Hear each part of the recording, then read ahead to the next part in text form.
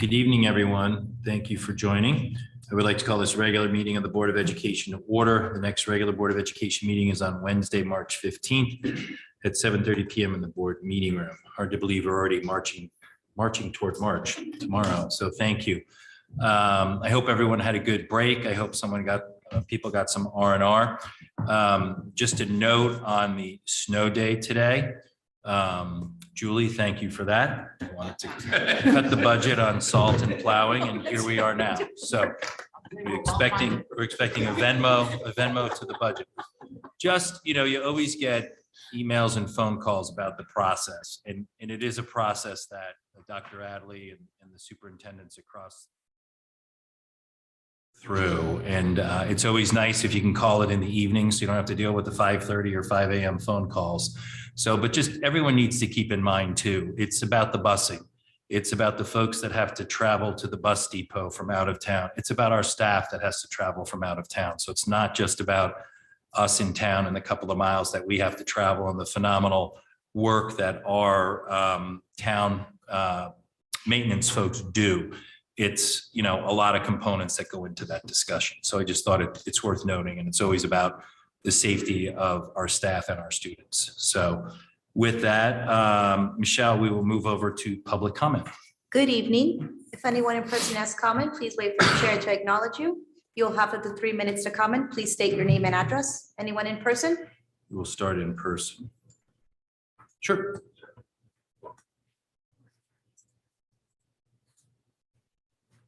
Good evening. So it's Rob Dyer from McLaren Road South.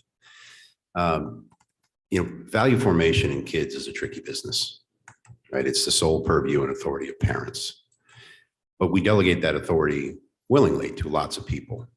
And we don't do that without some responsibility for making sure that we're aligned. And I want to focus on one very small corner, and hopefully something a little easier than many of the value formation discussions that we've been having as a community, and looks like we're going to continue to have for a long time potentially. And that is captaincy selection process in varsity sports. Leadership is an adult concept to me. Leadership is not something kids are born with. Leadership is something that's exemplified on and off the field. Leadership is an adult concept that adults should be involved in. The way we select captains in the public school system is a secret ballot popularity contest from the players on the team, which means that the coach doesn't have any input. The assistant coaches who have been with these boys and girls their whole life, who know whether they exemplify leadership on and off the field, have no input. In fact, when there's infractions to the code, the C is not even suspendable or removable by the coach.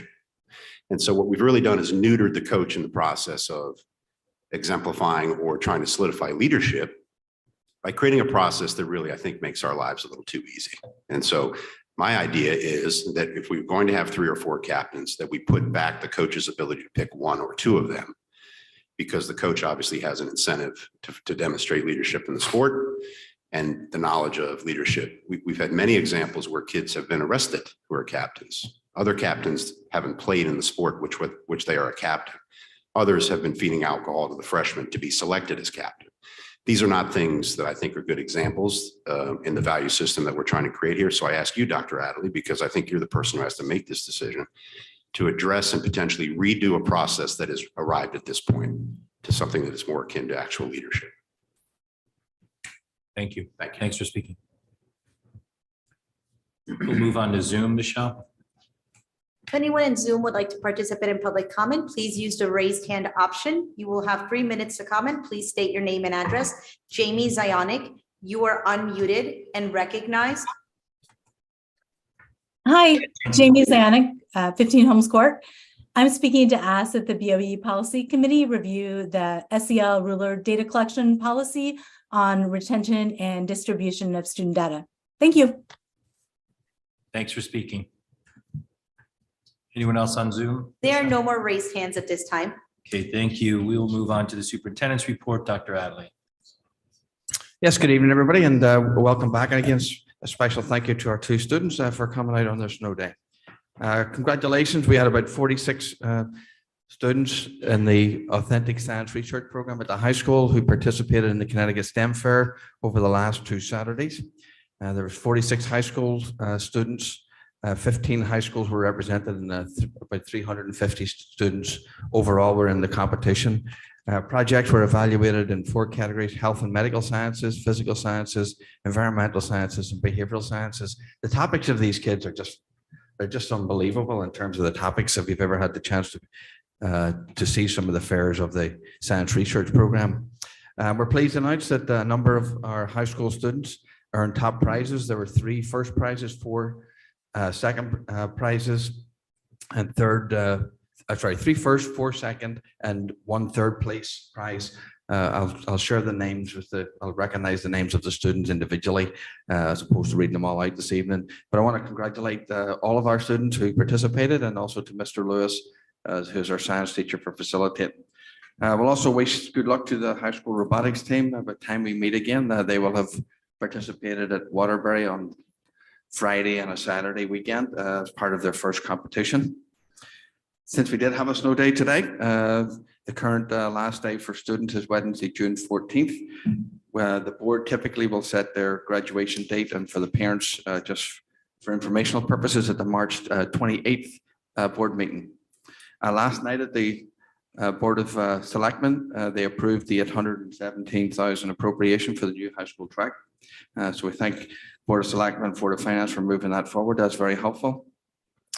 The Board of Education budget has been posted on the website, so that's live for people. P&Z is meeting tonight to discuss an amendment to, I think it was the 2016 special permit that allowed Suburbans to park here. So we want to extend from 4 Suburbans to 6 Suburbans. The board is aware of that in the actual budget. So since we're here tonight, they're having that discussion over at P&Z. We submitted our reading waiver today to the state. We've been following that process. I want to thank Mrs. Droller, Director of Elementary Education in particular, for her leadership and hard work on this major project and task. I have submitted testimony to the Education Committee, both to extend the timeline. Given that what we requested before, they actually put in an amendment to the bill to extend the timeline, but I'm also asking, in the event that a waiver is not granted by the State Department of Education for any district, since there's time now built in to allow the districts to be given feedback and address the area of potential deficiency, as opposed to having to buy and purchase and jump on board one of the 7 approved programs. Thriving Youth Task Force, we did distribute the surveys to parents before the break. That was on Thursday. That was one of 2 communications that I sent out. So that will be first for grade 6 through 12. They will be administered to students in March 6th through the 10th. And there's a quick survey, 5-minute survey for parents. I might actually just send out a wee reminder to parents again, just about that particular survey. And there's certainly an opt-out opportunity. That the results of that survey is also going to be support the mental health task force that was established. So they will have, that will be used to inform some of their actions moving forward. The SEL website, the elementary resource books that are on our website, they have been reviewed, and they had that site now is being revised and is live with the resources that can be used by teachers. We have made some amendments, and some books have come off that list. But that we, for parents who have been inquiring, we have shared that we would make that live today, and that's live at the moment, so that people will have an opportunity to look at the books that are on the website. A presentation from the Board of Ed to the Board of Finance is next Tuesday night, Mr. Chairman, on March 7th. And then it's followed by public comment on the budget on March 14th. Just so as you hear, just timeline wise, the March elementary conferences are around the corner, 15, 16, 17 to parents. And the tour of the schools is March 18th. And those are my announcements. Thank you. Thank you, Dr. Adley. We'll move on to student representative reports. Swaha. Okay. By the way, thank you for the snow day. We enjoyed that. The girls hockey team just won FCX, and the boys squash just won the Fair West League, and they will be heading to Philadelphia for finals. And they're seeded D1 for the first time in program history. Thank you. John. On March 9th, all choirs in the district from 612 have a masterclass clinic, which will be fun. The same day that the 100-day dinner will be held, that's also Thursday the 9th at DHS and the CAF. And again, Newsies opens on March 16th. So Sold out? we hope to see you all there. Not yet. So please buy your tickets before it sells out. Julie will make sure it's sold out. Good, that's exciting. Thank you both very much, and thanks for being here this evening on your day off. We'll move on to approval of minutes. May I have a motion to approve the minutes of the regular meeting held on February 14th, 2023. Julie, second by Dennis. All those in favor? That is unanimous. Thank you. We'll move on to any board committee reports. John? We had a finance committee meeting, forgot the date, but 2 Thursdays ago. Yeah.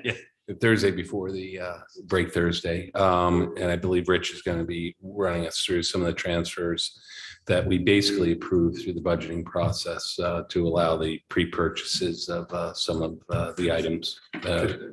Thank you. Anything else?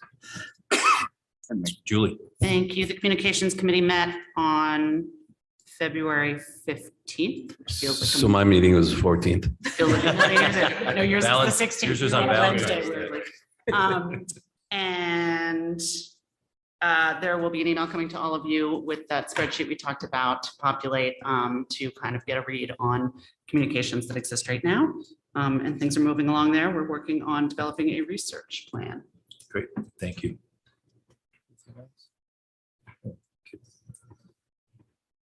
We'll move on to presentations and discussions. We will start off with curriculum updates on math, acceleration, and gifted education.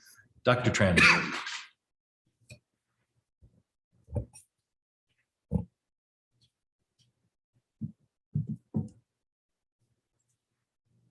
You all seem far away tonight. Good evening, everyone. This is a presentation that's a follow-up from the Gifted Education Program Evaluation from June of 2021. Math Acceleration is broken out, even though it was part of that initial program evaluation. Math Acceleration is not limited to only students who are identified as gifted. So it kind of broke apart from those initial recommendations, hence the title of this. So tonight's session is broken down into some of the prioritized considerations. If you remember back to that report, there were considerations based on each section of the program evaluation, but there were also priorities. So these are some of the priorities that we've been working on since that initial presentation. And as always, just making a connection to our mission and vision of preparing all students today to thrive in a changing world tomorrow. So a little bit about the why behind the program evaluation for gifted education. There were some questions just about overall program quality, and those were somewhat connected to the Achievers program, because a lot of this conversation started when we were in the fall, and there were some questions about extending that program to a year and establishing credit, and you might recall that conversation. There was a desire for recommendations for programmatic improvement and also to address the declining enrollment or the inconsistent enrollment of the Achievers program at the high school. So we had an independent program evaluator who was an administrative intern. We also worked in consultation with Nicole Waikunis, who is on the staff at the Renzulli Center for Gifted Education and Talent Development at the University of Connecticut. So the program evaluation included focus groups, interviews, surveys, classroom observations, and a document review. And I'll get into some of the highlights. One of the prioritized considerations really isn't the middle school schedule, but it was access to the middle school program. So students who are in the IDEA program at the middle school access the program during their lunchtime. And that was not a favorable time to access the program from the student perspective who participated. The teachers don't love it, and the parents didn't love it.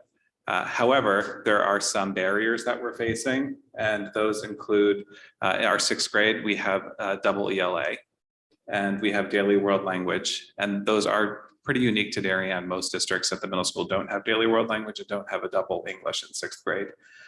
The lunch, it looks like a strange barrier, but we have a relatively small cafeteria for the number of students that have to eat lunch in the school. So we have several lunch periods.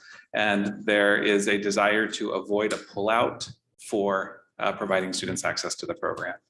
So right now, the scheduling committee reconvened. If we can think way back to the last schedule presentation we had from the middle school was in the spring of 2020. Principal Summers at the time proposed this idea of electives. And that's still a desirable thing because we have staffing capacity for electives, but we have space limitation related to electives. So that's the battle that we continue to face. But that committee has reconvened and they're hoping to make a proposal so we can see some changes for access to not only this program at another time during the day, but also other electives starting in the fall of 2024. The Achievers program, we're calling it sunsetting the program effective next year. We did have an initial proposal to be 1 year out, but we are in a good spot to get on top of the curriculum that we need to do to make sure we are revamping the middle school just a little faster than we thought we were going to.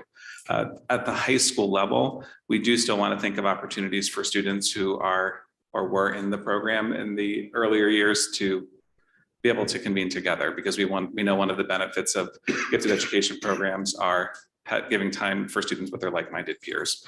So we're looking at that as an opportunity. The identification process. So there is a gifted steering committee. The formation of the gifted steering committee was also a prioritized consideration from the program evaluation. So that was formed and it includes parents, we have student representation, we have staff who are part of the IDEA program. We also have general education staff and administration who have been working together. One of their priorities for the rest of this year is really looking at not only our current identification process for gifted, but we also don't have a gifted and talented program. Right now, we just have a program for academically gifted. So we're looking at talent specifically related to music, visual arts, and STEM, and they're going to explore best practices and how we might identify. As you know, there's specific state legislation that talks about having identification processes for gifted, but they're pretty wide open. They just have to exist. The other piece with the identification process is reviewing the referral process for identification on off years. So we have screeners in years for grades 3 and 5, but parents can request an evaluation in other years. Those evaluations can take up to 6 hours per student. And that's a lot of time for our teachers to be evaluating students and not providing services to the students who are in the program. So we're trying to think about other ways to look at that process in those off years. The big piece that came in throughout was overall curriculum enhancement. So we're looking at professional development, project-based learning. So we have some of that coming in the spring. And we are beginning with the middle school because through the program evaluation, the middle school program received the most feedback and concerns about what the actual program looked like for students and how they experience their learning there. And that was also reinforced by the students. As far as math acceleration, as I mentioned, math acceleration is not limited to students who are identified as gifted, but the population of parents, whether it was through the DAEG and just over the years, parents in general desiring for opportunities for students to not have to wait until what we call the double accelerated math program at the middle school for the students to receive that high level of challenge. So this quote here pretty much captures the spirit of those comments that we heard over time. And we, as a committee, we had a separate committee from the gifted steering. We had a math acceleration team. And we really looked at these 3 lanes of differentiation, curriculum compacting, and acceleration. So acceleration is, as it sounds, it's moving faster through the curriculum, moving faster through grade level standards. The idea of curriculum compacting is focusing on the current grade level standards, but potentially going through enrichment or going deeper with those grade level standards within that grade. And then differentiation is providing all of the students in front of you with high quality differentiation through the planning, the actual delivery of instruction, and the assessment. So those are the 3 areas that we focused on. There is a full report that the committee put together that's linked in the memo of the packet if you would like to read that, but it goes into greater detail of just the general program objectives and the theory of action that we use to guide ourselves through the process. There's quite a bit of literature on this idea of acceleration, and the literature is often in the genre of tracking. And we wanted to send a message that we're not creating tracks. We wanted to create a program that students can access. We've been calling them on-ramps and off-ramps. The literature that we looked at was really in these 5 buckets, so to speak, about mastery, moving to the next level once it is demonstrated. And that ties into this idea of equity, is when a student has mastered a concept, they don't need to stay right there with everyone else if they're ready to move at a faster rate. If students need more support within the given unit, we're going to give them that support in this model. So this is the timeline that we followed starting in fall of 2021. And here we are in winter of 2023 with our presentation. And I'll go into detail of some of what we did. So we did a walkthrough of our own practices here. We did a review of literature, and that is the research that exists, not only in the idea of tracking, but we looked at accelerated learners and programming that is ideal for a group of accelerated learners. We completed site visits in other districts. 2 members of the committee were on tri-state visits that focused on math. We did collegial consultancies, and we had a math consultancy with one of our professional development providers. And so the recommendations that we have are in relation to differentiation, curriculum compacting, and acceleration, as you might expect. And the way that we are getting there is to first transition our curriculum into the EduPlanet 21 platform. We want to next year do some pilot of compacting and also establish a vertical math team. We already have teachers and administrators who have volunteered to be part of that team. We're not only a vertical math team, but we're looking at vertical teaming in general related to curriculum across disciplines. And then looking ahead, we want to get to a place where we are doing full acceleration. And this phasing in is very intentional, because if you do too many things at once, you are going to have so many different levels happening at once. And that idea of on-ramps and off-ramps will just become unmanageable for students and teachers very quickly. So this process is pretty thoughtful and methodical, and it will get us to a place, hopefully, where students will be challenged and accelerating when they're ready to accelerate, and not be faced with the need to ever have to double accelerate, with the theory that if students are ready to all of a sudden double accelerate, they may not have been appropriately challenged at an earlier time in the curriculum. And so here are some of our next steps. And we are at a place now that this was 2 separate presentations for our curriculum committee. And when that committee was designed, the idea was, when ideas are big, so these are 2 big things, the gifted program evaluation and math acceleration, that we would provide an update to the full board. So these were both discussed really as the primary topic of 2 meetings over the fall and the winter. And we're here to provide an update, answer any questions, and hopefully have your support as we move forward with recommendations from the gifted program evaluation and proceeding with acceleration as presented in this report. Thank you, Dr. Tranberg. Board questions and comments. Tara. So I shouldn't have questions, being that I've already sat through these, but I do anyway. One, can you explain the vertical team? The vertical team. So a vertical team just is representation from all levels. So we have right now you have a middle school math team, you have a high school department, and you have elementary teachers in math. This creates representation from all of those levels. So you have a group that looks vertically at what does the curriculum look like across the entire spectrum. Okay, awesome, thank you.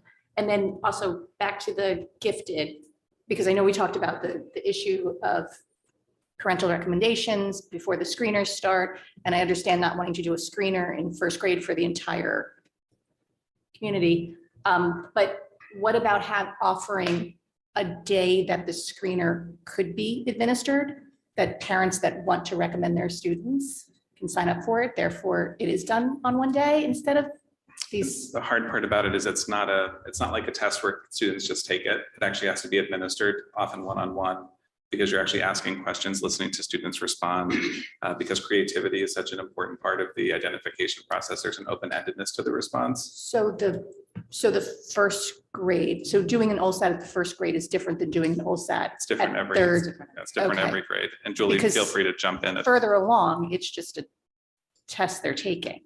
It is, but it's not just taking of the test, the scoring of the test is also very time consuming. Okay. Thanks, Tara. Thank you. Could we just go back to the last slide before this? So these next steps, is this relating to elementary only? This ultimately, it might have some impact on the middle school. At the end of the day, students in the middle school aren't going to end in a different place they are now. So we want to have the same ending point for middle school, but provide appropriate challenge along the way for everyone. Thank you. And then just as a follow-up to that, I'm curious if you could talk a little bit about student movement in middle school. I know that there's a placement that they take in 5th grade and they go into the class. And I know that students do sometimes move from, course 1 to a course 3 in that, but I also sometimes hear that it can be really challenging and that the timing of it is another logistical hurdle to overcome. So can you just talk a little bit about how that works in the middle school model when students are ready to move up to more of a challenge? It's less common for students to move up than to slow down. So when they do move up, there is a chance that there might have to be some significant shifts to their schedule. And as you know, developmentally, when you're a middle schooler and you have significant shifts to your schedule, it's just not great.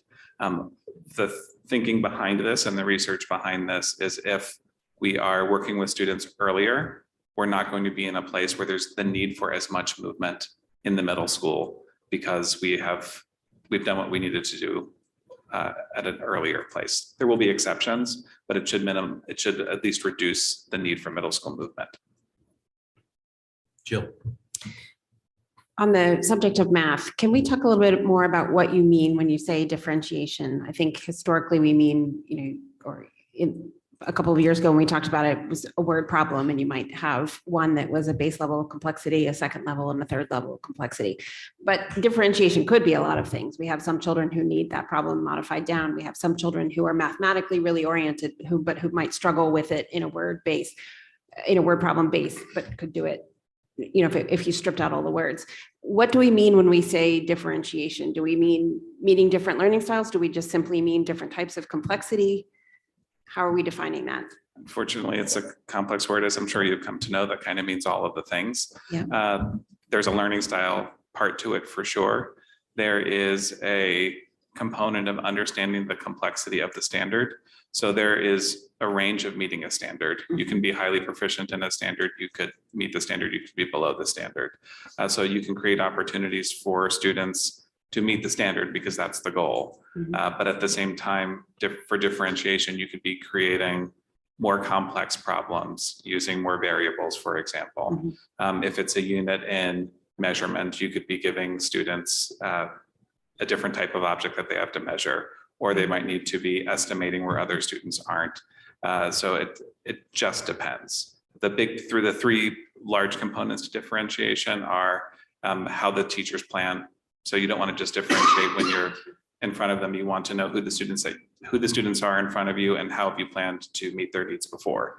One of the ways that teachers do that in our program is there's a direct instruction that might happen at the beginning, and there's gradual release. So a way one teacher might differentiate is there are some students who need to do some practice problems independently, and they might hold some others back so they can provide some direct instruction while they're doing it. So it means a lot, and I appreciate the question because I think it's one of the most overused and misunderstood words in education. So I don't have a better word to use in this case, but for the purposes of this report, we really just talked about providing high quality instruction to all the students at all times. So we just meeting the needs of everyone that you have. Okay. How realistic is meeting the needs of everyone that you have? I'm not questioning you on it. I just think that's hard. And I agree 100%. And that's why that's not going to do it. So we also need opportunities for compacting, and we also need opportunities for acceleration. This is a unique approach. You're not going to find other places that are doing this. But I think this is a model that people will want to emulate because I think it will really meet the needs of our population. So given that, and that's certainly exciting, the building blocks of it then are like, how do we, it's professional development, it's what does practice look like? How are you making sure that this model is not just a wonderful concept, but something we can truly do on the ground. Yeah, so we have, the concept is here. Mhm. And the reason that we established the vertical team, we said, Mhm. okay, let's pause here. We don't have enough teachers that are part of the discussion. Mhm. Teachers have to be the biggest voice in this Mhm. because they're the ones that are going to deliver it. They're going to know the challenges. They can anticipate what those are. Mhm. So the timeline that we've established gives us the space to make sure we're doing it well and doing it with the voices around the table that need to be there.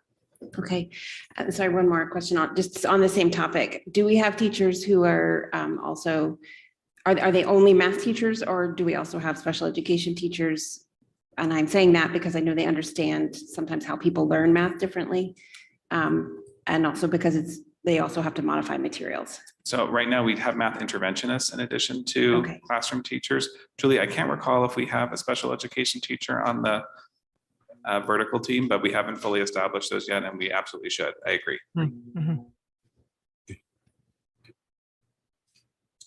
John? Can I just, because I am not present at these meetings, so I just wanted to say something quickly about the Achievers program. And you had mentioned difficulties about, what happens when you don't have it in ninth grade. You mentioned that there was like a real need to get students to be back in with the people they have been in idea with, in eighth grade, for example. In my experience, at least, and in many other people's experience, I think, if you're in idea, there's a high likelihood that you'll be in, for example, an honors class in ninth grade or an accelerated class. And those classes, by design, differentiate, to use the word that no one, that has really no meaning. By having those classes, there's a higher probability that you're going to be in a class with someone who you were in idea with previously. So I think that's something to think about. It might not be as big of a jump than you think. And also, one of the things I'm thinking about is if now the Achievers program is no longer in ninth grade, one of the things that I was just talking with Swaha about is that the ASR program, which starts in 10th grade, many students use their Achievers project concept to feed directly into their ASR research. There's a high correlation between people who are in the Achievers program and people who go on to ASR. So maybe there's some talk about you could start ASR in ninth grade, or you could do some sort of modified prep to that kind of feeds into that program.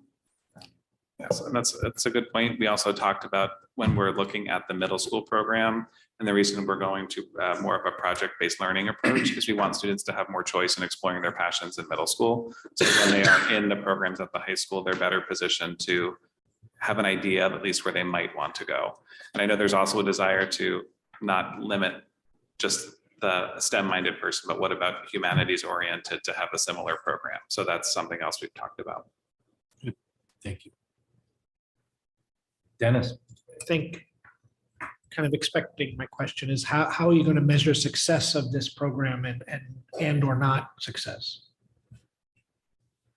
That's always a great question. So with the math acceleration specifically. Specifically math, sorry, yes. So and kind of building on Joe's point, if you're going to have a lot of differentiation, that becomes difficult to measure. And I fear, if that's the wrong word, is kids can fall through the cracks. And yes, there's lots of on ramps and off ramps, but if a kid is sitting in an off ramp and someone thinks they're at the exit, you're going to be lost. Sorry to use the analogy, Tara, but I don't know how else to say it. So the good news is there's access to the numbers and how they're moving. So how many students are actually compacting within a unit? How many students are accelerating within a grade level? Because we'll need to see if it's, I guess, worth it is the best way to describe it. Are we seeing results in what are, I'll call them higher stakes tests? Is that doing anything? Do we have more students who are able to access the most accelerated program possible by the time they get to middle school? Would be another indicator of success. The most important piece for me, having sat through all of the focus groups with the students during this time, is elementary students articulated that they did not feel challenged during their math instruction.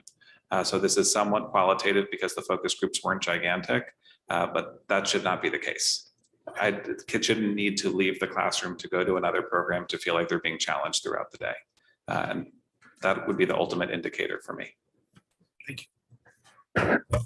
I would also think an indicator would be the stress level in that accelerated class in sixth grade. Because previously, even though these kids needed to be there, there has been a high stress level for those kids because they're going, it's 2.5 years in 1 year. Yes, it moves at an incredible pace. Yeah, so I would assume that seeing those kids taking a math class that's just appropriate and not being stressed in sixth grade would be an indicator as well. Yes. Thank you, Tara. Dave? Chris, what are the thoughts on the applicability of this approach to other subject areas outside of mathematics? Well, the nature of our literacy program, it naturally does that, just the design of how students choose the literature they read.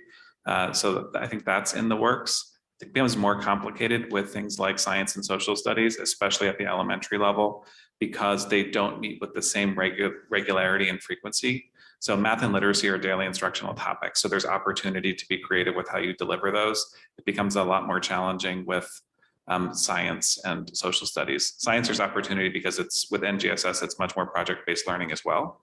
But I think it's a good thought and a great question. Thank you. Thanks, Dave. Jill? Can I ask you to answer it for foreign languages if you see applicability there? For foreign languages, I think there's always applicability, but there's also limitations. And it goes back to a schedule. Like if you look at the middle school specifically, when students choose a language, they have to stay with the same language for 3 years because of the team-based approach. And there isn't too much flexibility there. And when we have been flexible in the past, it's been very challenging when students complete 8th grade Spanish as 6th graders, because then we have 2 years of trying to provide them with some type of a hybrid or online instruction that's not always the best quality.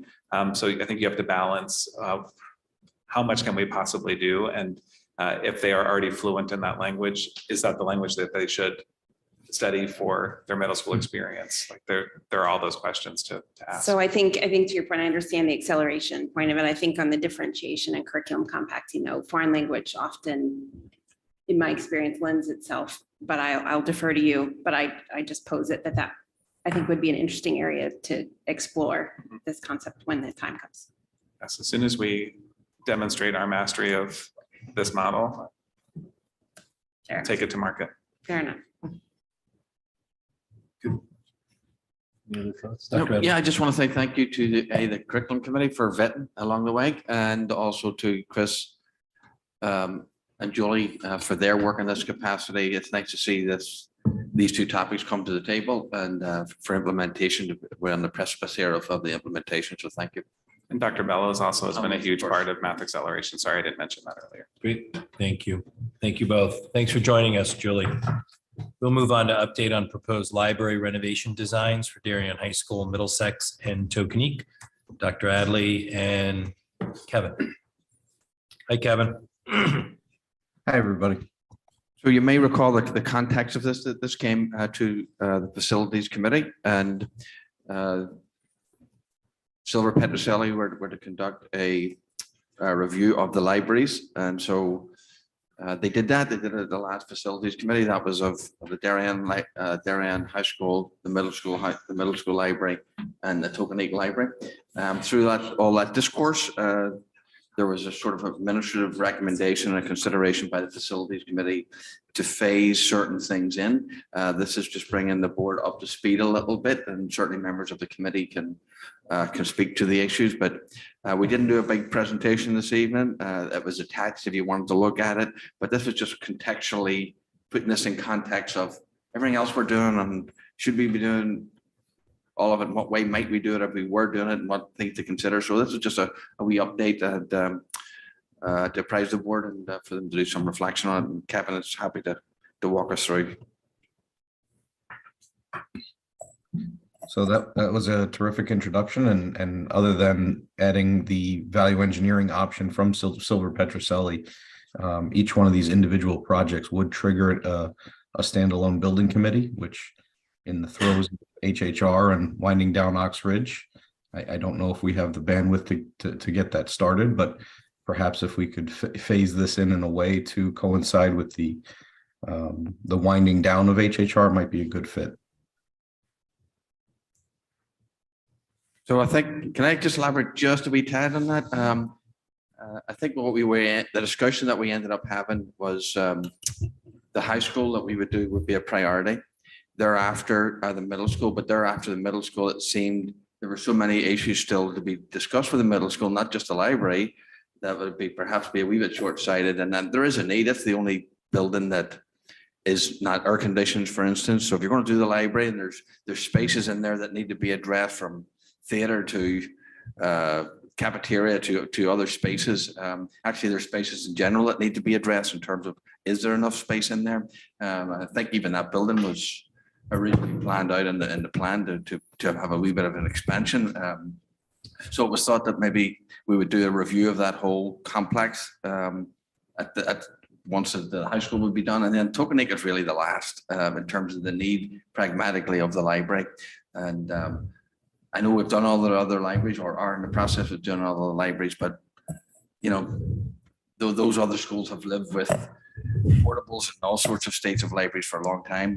Tokenique is in pretty good shape, and it can hang on there for another couple of years, certainly. So those were the three phases that we sort of discussed as possibly way of looking at that, and I'll be happy for the board or facilities committee to contribute to the other discussion. John. You know, I kind of grin because with the irony that we got to HHR almost, I believe, through the libraries, if you will. And so I think this greater facility need assessment around the middle school and prioritization around the high school. And, you know, if we look at the greater facility and then implement the libraries around that, I think that's the right approach. So I think we're on target here.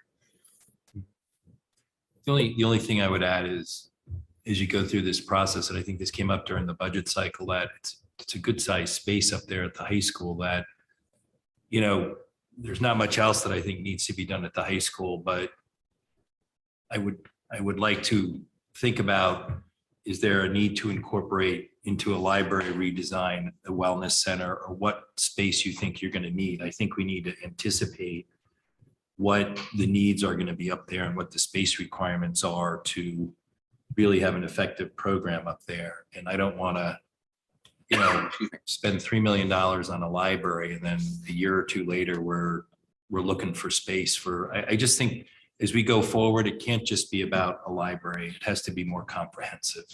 To your point about middle school, I wouldn't do anything at middle school till we have a broader overview or a facilities review of middle school and you know, Tokenique, I think we just need to get it up to the standards of the other elementary schools. But my only pushback would be on the high school, and just, you know, what else needs to be done up there in terms of a broader project. If I may just kind of summarize what you just said, do it the way we got to HHR and kind of the way you're way has been suggested middle school, and kind of same way with the high school. Like, let's just make sure we're not missing anything before we embark on a library project. Yeah, good. Agreeing with you both. The only differentiator is that a lot of these things, yes, HHR drove them to a certain extent, but we also had the master plan. And so a lot of the content came from the master plan. There isn't a lot left in the high school from the master plan, but there are things that have come up, and I think there could be new requirements, and that's some of what you're talking about. So I think we want to make sure we don't put a stake in the sand right now and say it's library only library, given that we're a couple of years out. But in terms of the timeline, so just to clarify, basically what you're saying is around the end of HHR, which is about 2 years from now, we'd be looking at running a study for the middle school and potentially kicking off something at the high school and or doing a study of the high school. And then following, then you probably have the middle school build, and then you probably have Tokenique third. Am I recalling that correctly, Kevin? Yep, that's exactly how I recall it from the facilities meeting. But with that, Jill, I think, sorry, if I may, I think we were also discussing the master plan, to your point in there, and that's also the point that Kevin and Rich were saying, is that we don't have the bandwidth to redo the master plan as well. But to me, that's step one, and then we go and look at the libraries following the master plan. What do you mean by we don't have the bandwidth to do a master plan? Were we going to do a building condition survey or a master plan? Master I plan. thought it was a master plan for the middle school and a building condition survey across the district. Am I wrong? I think that what we talked about in the facilities committee meeting was that that there wasn't an up-to-date master plan for all the facilities across the building. And not having one leads us to the position where we're currently, renovating 4 elementary schools. And, part of the complicating issues is that the middle school has some serious needs, and does this timeline even work for the middle school? Can it wait that long? So having that comprehensive master plan of all the facilities that are incorporated in the district, I think is what gives us a complete picture so that we can avoid having simultaneous projects and also hopefully know what's coming a little better. I think we have to just balance, sorry. Go ahead. No, go ahead. I think we just have to balance, and it's a wee bit of an iterative process, the bandwidth to have all these multiple committees or building committees running simultaneously. I mean, it is, I guess, a challenge at the moment. So we just have to be careful about that. In fact, I don't think we can run simultaneously building committees. I'm not sure that's a good idea. Hey, Rich, what's the cost for an updated facilities plan? The one it's probably what, 7 to 8 years old now? It is. It would be a 6-figure cost. It would be well over $100,000. There is legislation that's going to require us to do one every 5 years. So the expectation is that we would have to embark on a facility condition survey and master plan within the next few years. The primary focus being at the secondary level, since 4 of the 5 elementaries would, primarily be relatively new. That's what my thought was, to what extent, or would it be that detailed based on having 1 new elementary school and 3 renovated schools? So the legislation would require us to still look at those 4 schools. Okay. But clearly there wouldn't be much detail to do at Ox Ridge, considering it's a brand new building from the ground up. And there'd be limited items at the HHR buildings, considering the renovations that are going through. Okay. Tara, did you have a? All right. Katie. Just one last point on that. That would be something that we would contract out outside, right? So that wouldn't be something that took No, the resources last one, from our which was current done when I staff. was on the board, was done by. Right. What's So the last that one may done be- by? KG. So we KG, could- you we still could do that contract it without out. requiring- However, it does take a significant amount of time from the existing staff Yes. to tour the buildings, to have those meetings, and to go over all that information. And I think at the end of the day, that has given us good guidance as to getting us to where we are now, because we took that and the focus was portables, classroom size. And we really came to the conclusion that Ox Ridge, it laid out pretty clearly Ox Ridge was a good school at HHR. So, all right. And I would just say we need community resources too, and it's Yes. not easy to pull these building committees together. It's getting a more really good difficult. point. Yeah, the building committee consists of, a board member and a first selectman member and a board of finance, and not even a board of finance. Yeah, a board of finance member. But over and above that, it's finding folks in the community that have an understanding of a building project. And the time. And the time. Good. But regardless, we're just tabling this Yeah. for now. Yep, good discussion. Okay. Thank you, Kevin. Thank you. All right. We will move on to discussion and possible acceptance of contemplated gift from Any First for first-year robotic teams. Mr. Gregory Darren. Mr. Darren, thank you. And if you weren't on earlier, I wish the kids good luck in a couple of weeks at Waterbury. Of course, yeah, we're scheduled for March 11th, so that's Thank coming up pretty soon. So New England First offers a $3,500 grant to rookie teams, which is us, just to help us get off the ground and get started. So that's something that we're hoping to get accepted and into our budget for this year. Great. Thank you how did you come across that? Just by research or? So we're actually entered into that just by becoming a team for the first year. And the gentleman from Michael Phantom, he's the executive director from New England First, reached out to me, sent me an email and offered up the grant. Good. Thank you. Thoughts, questions? All right. Thank you very much, Gregory. Of course. May I have a motion to accept the contemplated gift from New England First for first-year robotics teams? Julie, second by Dennis. All those in favor? That is unanimous. Thank you. We appreciate that and all the work you've done around this program, and we wish the students good luck. Thank you very much. Of course, we'll keep you posted. Thank you, Mr. Darren. Thank you. Thank you. We're into the accepted gift part of the agenda, right? Discussion and possible It's a acceptance. happy put. It's the happy, we're in the happy part of the agenda. We spent all the money on the buildings. Now we're getting gifts. Discussion and possible acceptance of the contemplated gift from the Darien Foundation. I don't know if we have anyone joining us from the Darien Foundation, but also Dr. Adley. Yep. I'm pleased to share that the board may recall this. This was all the discussion a year or two ago about the classroom at the middle school in the courtyard area.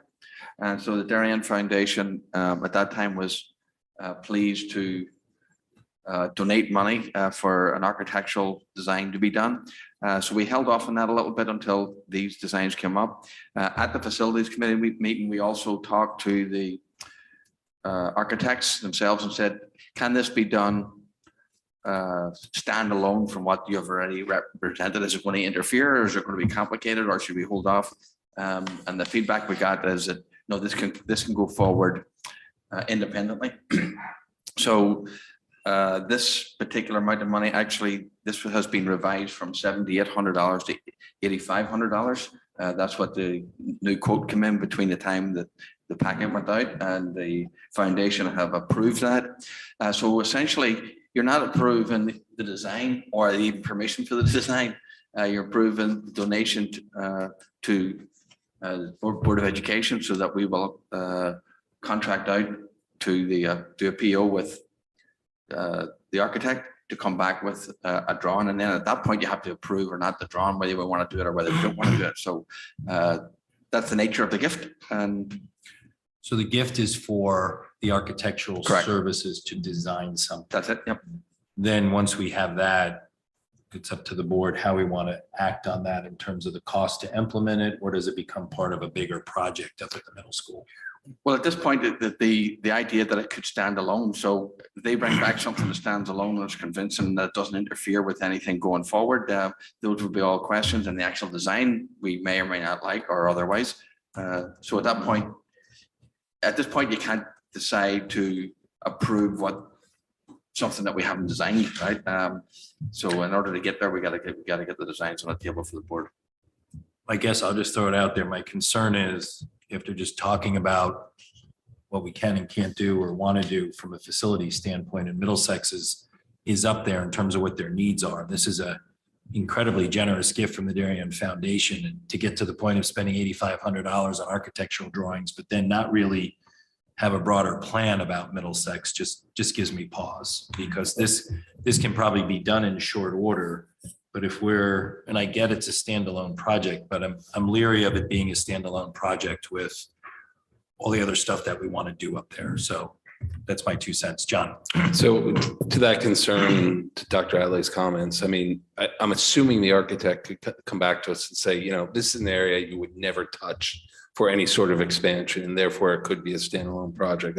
That's what I would be expecting back from the architect, or it might be, and then that's where it causes you pause. But is there a way that you can assess that before you expend the dollars? I guess that's where I'm going with your question. But to that point is, I guess what I would need to understand personally is, so $8,500 worth of architectural drawings to turn that into an outdoor kind of living school space is, and I guess we would know that, but then we've already spent the $8,500. Is that $100,000? Is it a $500,000? Is it $1 million project? And that's where my concern comes in, because then that's on us to fund that. What is the intention of the donation? Is it? The intention I of thought it was to donate the classroom eventually as well. Yes, it is. It is to eventually provide funds to actually complete the work too. So it's to give a proposal, and they know the proposal may or may not be supported for a variety of reasons. But if it is supported by the board, then they would propose funding the actual project itself. They say that now, not knowing any concept of the dollars associated with it. Again, whether it's 100 or 500,000. There was a figure thrown out that they have at least a sense, but if it's significantly above that or otherwise, then it may be off the table again. Dave. So first of all, thank you, the Darien Foundation, Yes. for proposing a very generous gift. The question I would have, Dr. Adley, is you mentioned they're going to look at, does this not fit, or does this not conflict with possible areas we're going to add? What's the spec we're building it to? What's the target? How are we like, what's the actual goal? Like, what's the outdoor building spec we would use for a classroom, or are we using indoor? Like, what are the ed specs here that would apply? So I'm just wondering what the scope of what the architectural project is going to be, how broad that is, what it encompasses, and if the 8,500 would be sufficient to really cover that.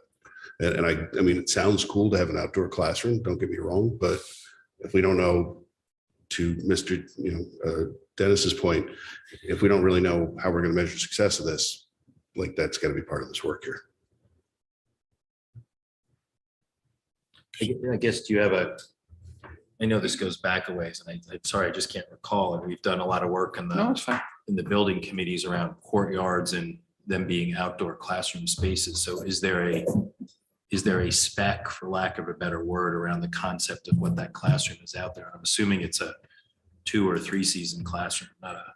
Yeah, there are, well, again, we want to see what they'll bring back to the table, but there are some general guidelines when they've met with the staff up there, right? And then we've had discussions here at Central Services. So there are some general guidelines that they're working under, and the scope of which they're, what they're actually going to do, obviously, for the $8,500, that's all delineated within that scope. If the board needs to see that, I'm happy to provide that for further consideration or otherwise. Questions? Yes, Jill. Rusty will know this for sure, but didn't they, isn't there an area of the middle school where they already set it up to add classrooms? Yes, the back of the building. The back. The back of the building. Yeah, Where the cafeteria is. okay. And above that. So we're pretty sure that moving forward with this it might impede other things we might want to do, but it would not impede classroom space because there's room in the back of the building. Well, that was the design. I'm not saying that that's where it's going to be, but that's even on the KG&D study, that's where it was delineated, yes. Julie. Thank you. The courtyard is it's interior, right? It's Correct, completely yes. enclosed within the building. And it's Right off it's the not- library. Yeah, it's a beautiful space, but it's not a very large space, Correct. right? So the idea is to get more usage Yes. out of it, but it isn't something, for example, that you would want to open up to be a free space like we're looking at the HHR renovations where you have more kind of common open spaces. So this is to make this a more usable space. Yes, and it would become instructional in nature also. Okay. John. My last comment is, as long as the donor's well advised that there's a risk to this, Yeah. I'm perfectly happy to accept it with much gratitude. Absolutely. I agree with that. Good. Agreed. Same Well here. said. Thank you, John. All right, we'll move forward. May I have a motion to accept the contemplated gift from the Darien Foundation? Dennis, second by Jill. All those in favor? That is unanimous. And again, thank you for the conversation. And for anyone listening from the Darien Foundation, thank you very much for the generosity. We thoroughly enjoy working with you, and thanks for all that you've done for the school systems. We will move on to discussion and possible acceptance of contemplated gift from the Blue Wave Booster Club. I see Mr. Manfredonia has joined us. Good evening, Chris. Good evening, everyone. How are you? I'm well. How are you? Good. Chris, we can see you in 3D and large on this big screen. Good thing or a bad thing, but Got your FCX sweatshirt on. that's right. So we have tonight here for contemplation a gift from the Blue Wave Booster Club for the DHS softball team for all-weather jackets to be worn during practices or games during inclement weathers, contests or practices. The Booster Club provides the athletic teams at the high school for those nice-to-haves. And this would certainly fall under that category. It would be nice to have the girls outfitted in a jacket to be worn, especially during the early season, during those cold early season games and practices. Thank you, Chris. Board questions, thoughts? Julie? Thank you. Does this cover all softball? I don't know if we always have a JV team, but would it cover all players, JV and varsity? It would, yeah. Thank you. Yeah, Good question. we have both and cover both, all players in the program. Good.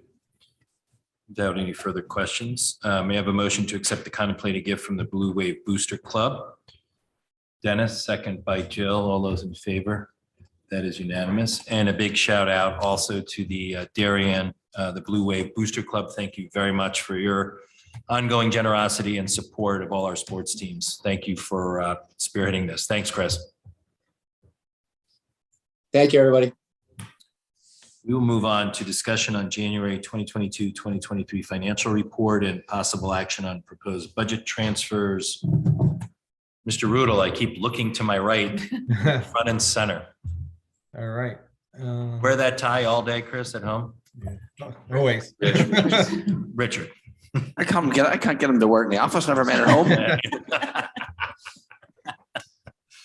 So All I right. can't see if the actual PowerPoint's up, but I'm going to assume it's up. I'll put it up right now. Michelle's going to put it up. Can you see it now, Richard? I can. Just the next slide. So this is the financial report through January. We are forecasting a positive balance of $700,780. With the general education RCs at positive 392,000 and the special education RCs a positive 308,000. We did highlight at Finance Committee, this is before the approved $249,000 of pre-purchases for the fiscal year 24 budget. So in the February report, we will bring transfers forward to cover those pre-purchases, which would bring this projected balance down to about $450,000. If we go to the next slide. The salaries account for a positive 289,000. We do have turnover savings and salary savings of about 53,000. The new custodial and maintenance contract has saved about 60,000. We have some student intern savings of 29,000. A delayed start for the director of mental health and the SSOs at about 122,000. We have a couple of clubs and councils that are not running, and then elementary intramurals that we mentioned. If we go to the next slide, the operating expenses are a positive 8,655. It is primarily due to the China exchange program not running this year. If you go to the next slide, fixed is a positive $109,000. It is primarily attributed to health insurance at a positive 106,000. Again, we did have those three elementary sections that were not needed due to enrollment, and so the health benefits for those were not needed as well. If we go to the next slide. In terms of revenue, we are forecasting a positive 293,000. It is primarily due to excess cost at 339,595. ELP tuition and building rentals are slightly less, and then we have some small positive balance in parking fees, gate receipts, and Medicaid revenue. And then if we go to the next slide, there are no transfers for the month of January. Thank you, Rich. Thank you to the Finance Committee. Any questions or comments for this report? Thank you, Rich. We'll move on. Any questions on the PAR report?